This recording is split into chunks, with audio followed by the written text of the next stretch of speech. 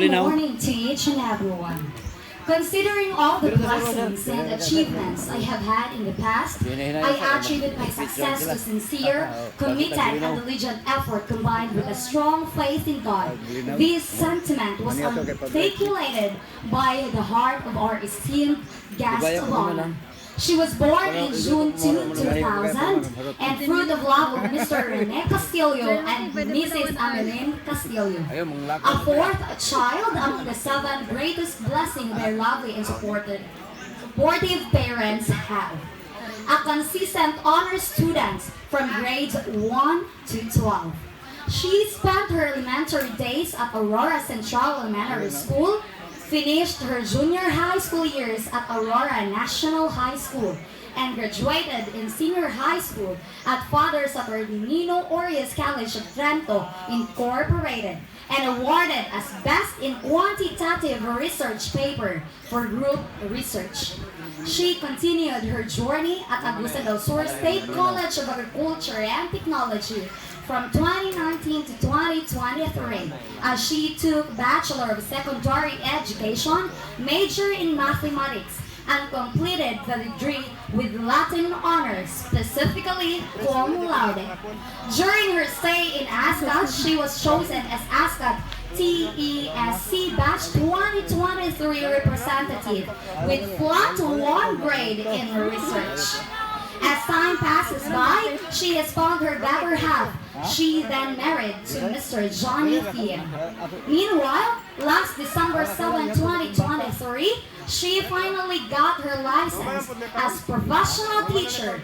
And because of dedication and compassion to her studies, she proceeded her master's degree at Assumption College of Nabuntoran, taking a Master of Arts in Education, major in Mathematics. Furthermore, teaching is indeed her passion, and an act of service is her devotion as she serves as Children's Sunday School teacher in Christ Faith and Mission Ministries from 2020 until present. Rendered as volunteer teacher during the 2024 Outreach Ministry of Samaritan Spurs Operation Christmas Child. Looking back her work experiences, she worked as virtual assistant at KCL Outsourcing International at Trento from 2020 to 2022. She became customer service representative at Siblings International Business Solution at Tagum, year 2023. Then, decided to be a volunteer teacher at Trento National High School from February to March 2024. Recently, she was hired as an administrative support staff here at our institution, Aurora National High School. She's known to be a woman of virtue and simplicity, a living inspiration to young ones, an outstanding alumna of Aurora National High School.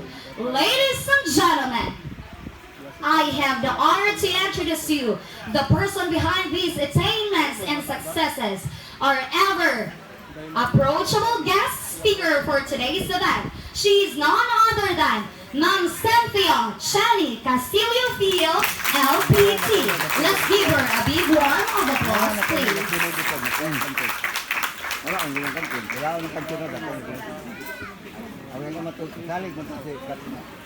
Thank you so much, ma'am.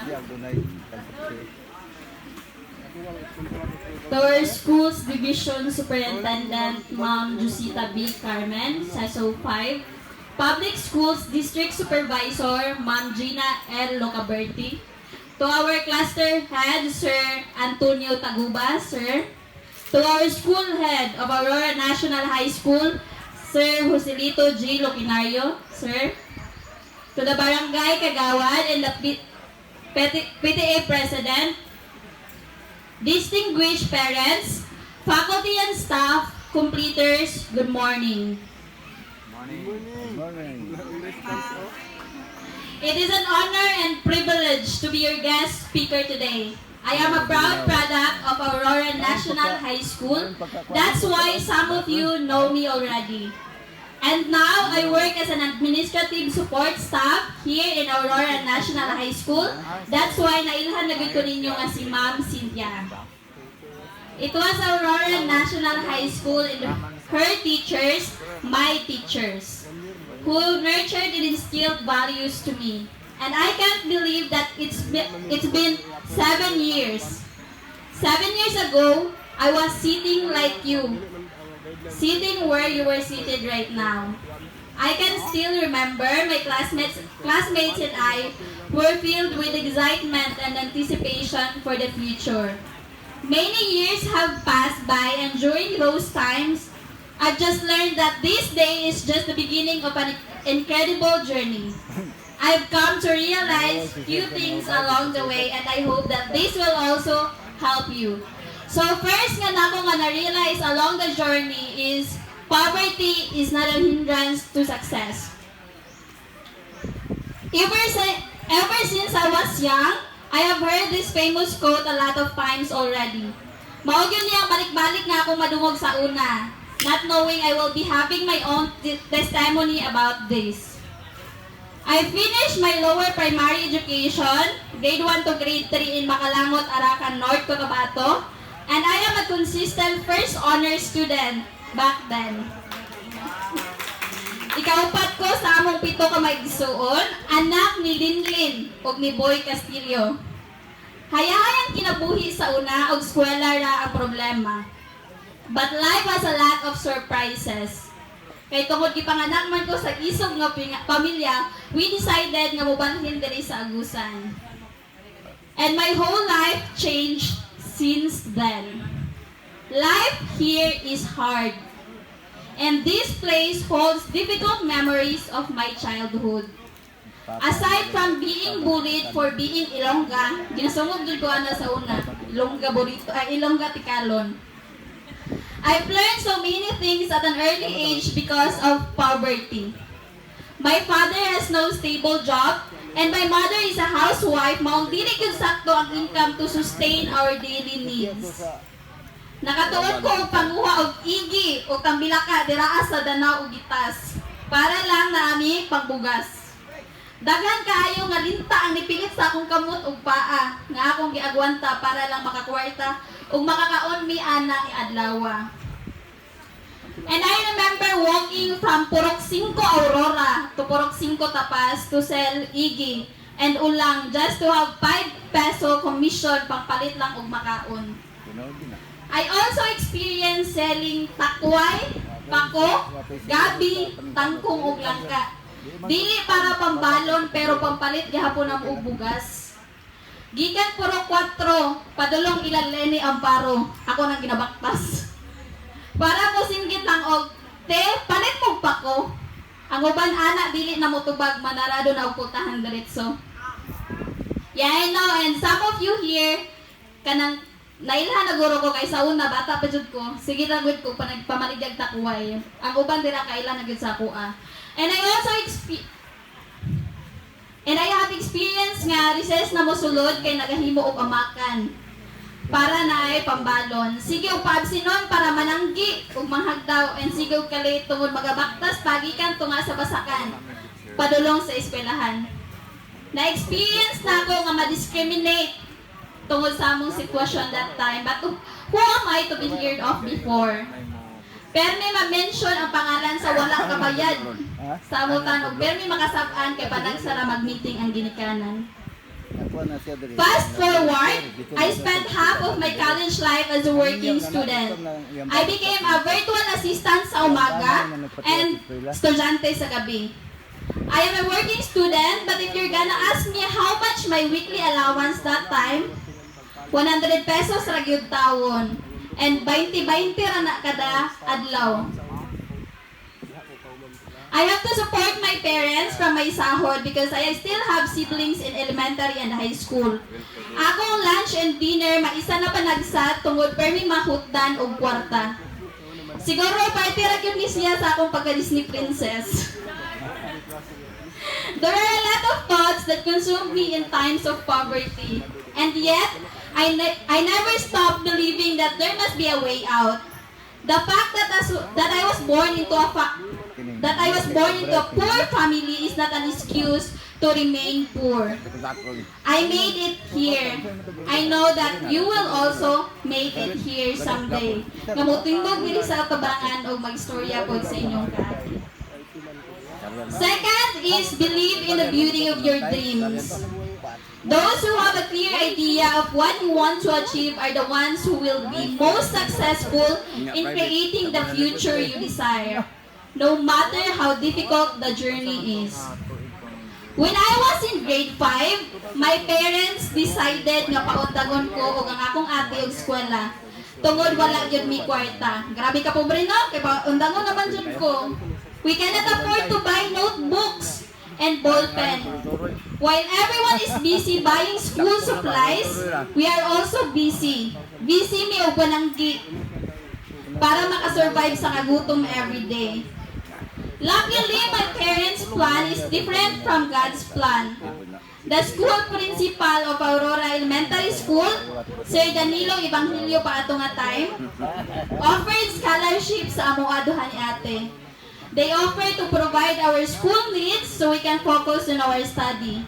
So, ni-eskwela ko nga most of the time, walay balon. Ni-eskwela ko nga ang sudan sa paniud to kay tuyo, asin, mantika, or bulad. Dito na ko na-realize nga pobre yun ay kayo mi. And dito ko nagsugod og pangandoy. Lisod pero wala ko'y choice that time because I was born straight into it. The only choice I have that time is to dream. To tell you honestly, why I really wanted to become a teacher before, tungod kada school program, makita na ko ang mga teachers maglingkod sa tubangan. Naay juice ug pan kada makita ninyo. Mo na reason ganun gusto dito magmaestra sa una. Naay juice ug pan kada may ginakaon nila kada school program.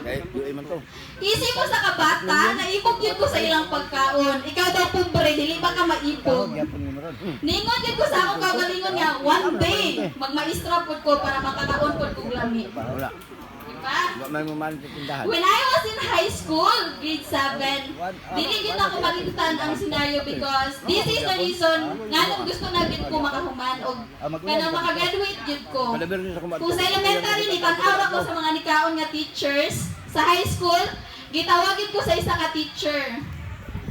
Gitawag ko niya para lang pakaunon. O niya hindi pakaon sa ako kay kopya to siya na Goldilocks o ang coke. Ipainom ko niya. So dito, pwede ba i-mention? Wala mo ko siya dere. Si Ma'am Shanko. So grade 7 ko ato, gipatawag ko niya sa iyang room para lang yun pakaunon. Diba? Ikaw daw pobre, di ba ka malipay? Nisugod akong pangandoy, tungod ra gyud sa pagkaon, murag patay gutom. Pero maka-motivate man ko diay ning wala tay makaon no? Aside from dreaming to become financially stable, I've dreamed to teach students good pod. Being inspired by my mathematics teacher in elementary, Ma'am Jinky Oy nga naadere, and high school, si Ma'am Natalie Sibalius, I took BS in Math in ASCAT. I became a product of COVID-19 and same sa inyo, naglisod po ko adjust sa akong pagtuon. Aside from financial constraints fueled by the pandemic, my support system is weak. My family is not your ideal family. But glory to God, I graduated cum laude and passed the licensure examination for teachers last 2023. To the completers, I hope that whatever your dreams are, you will be able to realize them and regardless how hard it takes. Bahalang maginaon sa inyong pangandoy kuptig yun, paningkamuti nga inyong mahuman. I believe I could, so I did. Believe you can, and you will. Just don't forget your prayers. Third nga mo na-realize along my journey is to always have a grateful heart. Completers, always focus on the positives in your life instead of dwelling on the negatives. I've graduated elementary and completed my junior high school nga walay bagong uniform. Kamo diri kay mga nindot kayo yung uniform. Tanan nga akong uniform, pinaglumaan lang to o gihatag sa silingan. And I am proud to say nga nag-senior high ko, wala gihapon kong ipatahian og uniform sa akong parents. Tungod dili nila afford ang uniform. So ang akong ginabalik-balik ato kay katong isa lang ka gihatag sa Oreo sa grade 11 kay ginahatagan man miya nag kanang free nga uniform. So katong uniform nako sa grade 11 nga isa ka buok, mao ra to akong gibalik-balik. Kada adlaw labahan. But I'm always thankful about that because I have learned to value everything. I'm always thankful to God for everything that He has done in my life. Looking back shows me why I should keep moving forward. I look back not with regret, but with gratitude. Because of my past, I became who I am today. I became Ma'am Cynthia.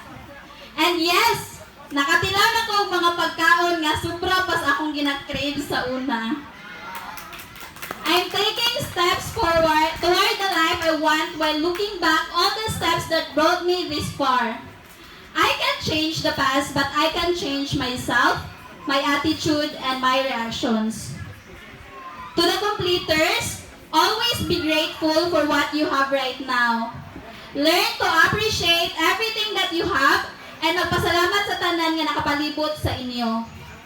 Kay ingon pa ni Oprah, be thankful for what you have, you'll end up having more. If you concentrate on what you don't have, you will never ever have enough. And the fourth that I've learned along the way, and the last one, is you must surround yourself with good and positive people who not only inspire you, but challenge you. I would like to thank my high school barkada. I know nga tanan ta diri na ay high school barkada, kay syempre high school pa man mo. I would like to thank my high school barkada who became my personal cheer squad. We even named our group 6 Brilliant Girls. Kaya para sa among mga bright jud me. Star lang. To the completers, I hope that the friends you have right now will be your friends in the long run. And I also hope nga inyong barkada, kay kanang mga barkada ninyo nga makaayo sa inyo ha.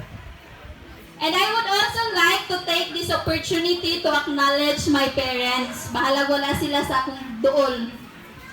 I will not be standing here if not for my parents. And you completers will not be there if not for your parents. Wala mo dira karon sa inyo ang gilingkuran kung dili tungod sa inyo ang ginikanan. They sacrifice a lot for me. Ang akong ginakanan, daghan yun na sila gisakripisyo. And especially inyong mga ginikanan pod para sa inyo ha. Support can make all the difference in this world. I never received enough support from my family, emotional, spiritual, or financial. But I know I made them proud. Salamat kaayo sa pagpadako o pagpa-eskwela, Mang ug Pang. You may never have said it, but deep inside, I know you are proud of me.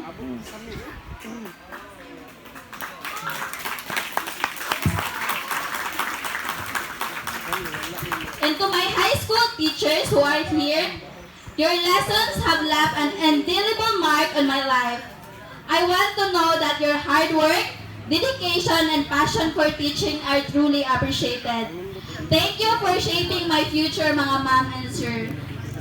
Napadali ako mga maestra na absent pa na ako before. And for the grade 10 completers, o sa tanan nga grade 7 to grade 10, grade 11, growing up in a not-so-ideal home life is never an excuse to rebel and live recklessly. Dili rason nga tungod pobre mo, dili na mo magpadayon o magrebelde na mo sa inyong kinabuhi. Everyone has a choice, more so, you are today.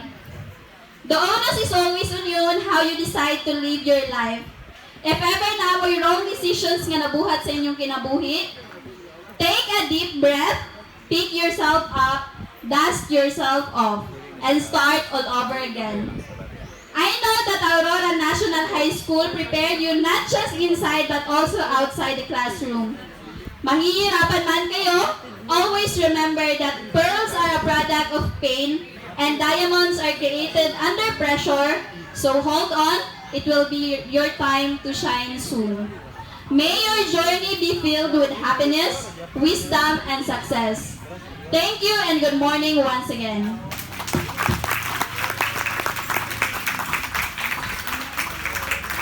Thank you, Ma'am Fiel, for those very inspiring words for our completers. And please remain here on the center stage. In behalf of Aurora National High School, please receive our token of appreciation.